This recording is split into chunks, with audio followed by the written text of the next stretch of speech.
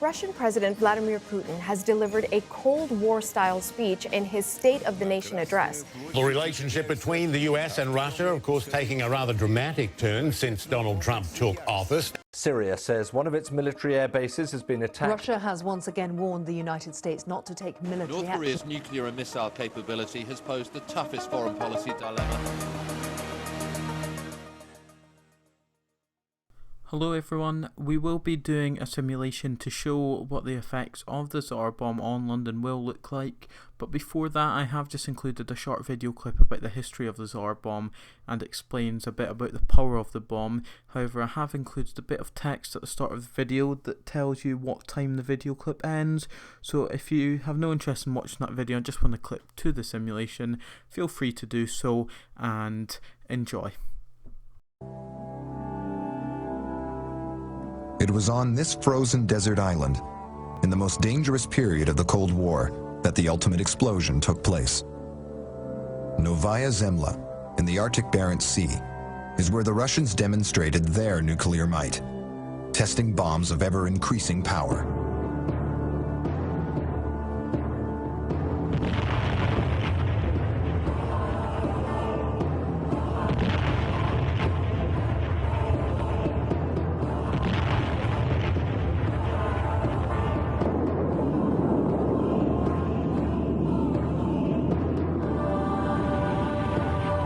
On October 30th, 1961, they pushed the limits of explosive power further than they'd ever gone, or will probably ever go again. This bomb was codenamed the Tsar. It contained the equivalent of 58 million tons of TNT, or all the explosives used in World War II, multiplied by 10. The Tsar, the biggest bomb, the most powerful device mankind has ever constructed, was to be their masterpiece. And a political showpiece, too. 6 camera crews were assigned to film this unique moment in history. The air crew were hand-picked. They'd been warned their safety couldn't be guaranteed. They could avoid being blinded by the light. But being knocked out of the sky was quite possible. The exact moment of release was controlled from the ground. The bomb had been given a parachute to slow its descent and give the crew more time to escape.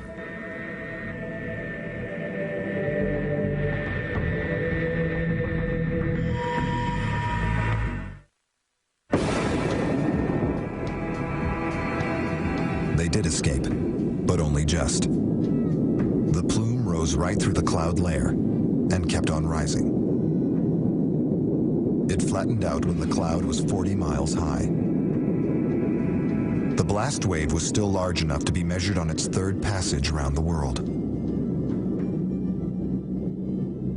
Because the bomb was detonated 2 miles above the ground, there was very little radioactive fallout. But the earth directly below the burst was seared by the intense heat. Rock had been turned to ash.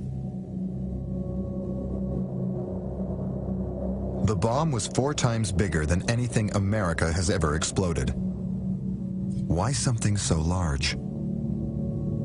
The United States could develop very accurate missiles. The Soviets never mastered that technique very well, and to compensate for that, they really could level a very large area and take out their intended target without having to actually hit the target itself. But why did the quest for ever bigger bombs suddenly cease? As the destructive power increased, political leaders worried more and more that they were really playing with fire. In 1963, the superpowers banned bomb tests in the atmosphere, underwater, and in outer space. I think that the Soviet detonation will probably be the biggest ever man-made detonation in the future as well. And so the soldiers and scientists have packed up and flown away. This island's days as a bomb site are history. Hello everyone, hope that video you just watched taught you a bit something about the Tsar Bomb, and if you already knew about it then you're in good stead for this video. So as you've seen from the title, today we're having a look at what would happen if London was nuked, but in particular what would happen if London was nuked by the Tsar Bomb.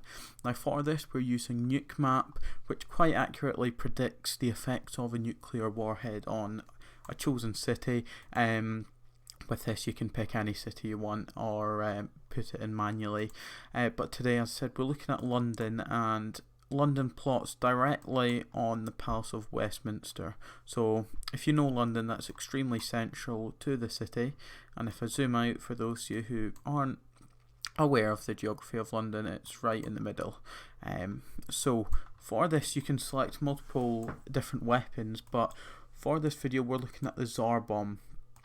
Now we're looking at the Tsar Bomba, largest USS bomb ever tested, USSR bomb ever tested, which is 50 megatons.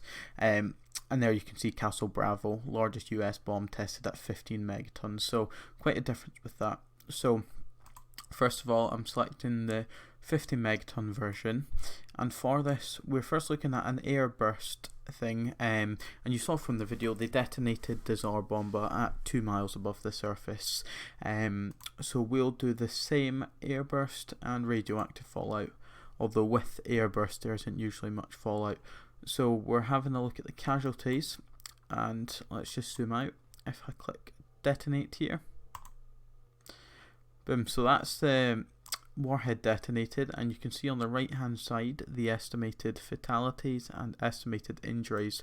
So from this, it's an airburst explosion for the Tsar Bomba, which is the tested version at 50 megatons, and that estimated fatalities at 5,778,950, and estimated injuries are 3,420,670, and that is as a airburst. So if you look a bit in depth, you can see the circle here, which means many different things. So I'll zoom in and explain a bit about what will happen. So if you see on the right hand side, the radiation radius. Now for this, it's 500 rem radiation dose. Without medical treatment, there can be expected between 50% and 90% mortality from acute effects alone. Dying takes between several hours and several weeks, and that expands to the entire green zone you can see on the map there. And now below we've got the fireball radius. This is a maximum size of the nuclear fireball. Relevance to lived effects depends on height of detonation. So here we're looking at a higher detonation. If it touches the ground, as I said earlier, radiation fallout is extremely higher than a airburst explosion, which is what they did for the test, as they didn't want as much radiation. So that entire highlighted orange circle is the fireball radius. Now if you zoom out further, you can see on the right again, this is the air blast radius. At 20 psi over pressure, heavily built concrete buildings are severely damaged or demolished. Fatalities approach 100%, often used as a standard benchmark for heavy damage in cities. Okay, so for this it says fatalities approach 100%, and that's for this entire highlighted red circle here. And if you're not from the area or know much about London, that includes, doesn't look huge on the map, but that has a huge amount of population within that area, so that easily covers all the areas of Hammersmith, Fulham, Greenwich, Kilburn, all these areas. So approaching 100% fatality if you stay within this red highlighted circle here. And now this highlighted circle, the bigger circle, at 5 psi over pressure, most residential buildings collapse, injuries are universal, fatalities are widespread, and that's often used as a standard benchmark for medium damage across the cities. Optimal height of burst to maximise this effect is 11.5 kilometers. So at that, fatalities are widespread in this entire circle here, and most residential buildings collapse. Now that covers a huge area, so if you stay within that area, most houses will collapse, as it said. And if we zoom out further, we can see at around 1 psi overpressure, glass windows can be expected to break. So everything in this highlighted circle here, all residential buildings, all the glass are expected to break. And if we look at the furthest out circle, 3rd degree burns extend throughout the layers of skin and are often painless because they destroy the pain nerves. They can cause severe scarring or disablement and can require immediate amputation. 100% probability for 3rd degree burns at this yield. So everything in this entire circle, you can see highlighted the entire area of it, going into Kent there in the east and nearly hitting Oxford, all these big areas, nearly Cambridge as well. Everything has a 100% probability of 3rd degree burns, and as I explained, burns through all layers of skin and is the most severe burn, ranging from 1st degree burn, which is like sunburn, to 2nd and now 3rd degree burn. So if you live within that circle at all, you can expect that level of burn. And although radiation is decreased, there is a slight amount of radiation here, and with this you can change the wind direction. So obviously north, east, south and west, you can see where the radiation will go. And with this level you have, let's have a look. Yeah, we've got fallout contour for 1 rad per hour, and it explains the maximum downwind cloud distance of 220 kilometers. And that's this area. So everyone in that yellow radiation zone will be affected with 1 rad per hour, which isn't a huge amount, and the fallout contour for 10 rads per hour in this orange area here. So that's the effect that a 50 megaton Tsar bomb would have as an air burst over London. Now if we clear all the effects here, so that's all cleared, and have a look at the effects on the surface, you'll see the fatalities and injuries on the right will change quite dramatically if we detonate this. Okay. And that's just updating all the fatalities and injuries. So fatalities and injuries are quite a bit lower than the previous one we did. So with a surface explosion, we can expect, well, it says here as well, in any given 24-hour period there are on average 11,016,261 people in the light blast range of the simulated detonation. So that's the amount of people that would see it. So here, the green zone again, like the previous one, 500 rem radiation dose. Everyone within that green area will get 500 rem of radiation, which isn't the worst thing out of these. So this orange is the fireball radius, maximum size of the nuclear fireball, relevant to lived effects dependent on height of detonation. And as it says there, if it touches the ground, the amount of radiation fallout is significantly increased, which we'll look at after the explosion. So everything within that orange circle, won't go over as much detail as before, is the fireball, which is an enormous area of London. Now the air blast radius, heavily built concrete buildings are severely damaged or demolished, and fatalities approach 100%. So everything within that red circle will likely die as fatalities approach 100%, as it says on the right here, as I've just highlighted for you. And now that extends to Greenwich, Hammersmith, Fulham, Kilburn, Hackney. So everything in that area will likely die, unfortunately, if it were to happen. Now if we zoom out again, most residential buildings collapse in this area, and fatalities are widespread. So that also covers a huge area. And this area here, at around 1 psi, everything in this second highlighted area, all the glass will burst in all the buildings and break, which will cause significant injuries to those people near glass. And here, 3rd degree burns extend throughout this whole area. I won't bother going into detail about that again, but everything in the whole circle will get 3rd degree burns all the way to Chelmsford, Hitcham, Stevenage, Luton, extended to Crawley, Horsham, Maidstone in Kent. Everything and everyone in that area will get 3rd degree burns. Now this is where the radiation really differs from the airburst attack. So here you can already tell the radiation extends so much further. So let's have a look north. If winds were, say, doing northwest, so this radiation from London go all the way north through all these cities you're seeing, extend through the cities in Scotland, Edinburgh, Dundee, St Andrews there, and would extend far north of the northern point of Scotland, mainland that is. So that's north, and I'll quickly change to east and west and south to let you have a look.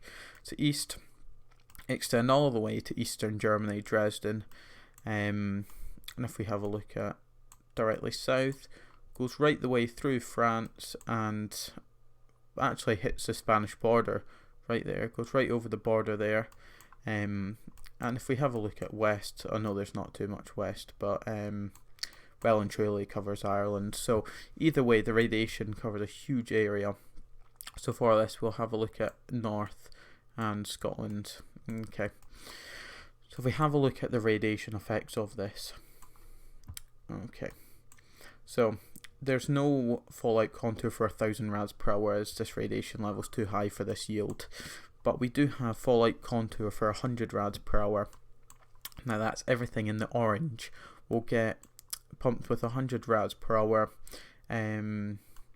although it does say the selected radiation level is too high for the stem fallout at this yield. So this is mapping what 56 rems per hour would look like, but you can see maximum downwind cloud distance of 385 kilometers, maximum width 56 kilometers, and approximate area affected 17,090 kilometers squared. So it's huge area covered by that 56 rems per hour, and here you can see the 10 rads per hour extends even further, and that's another orange.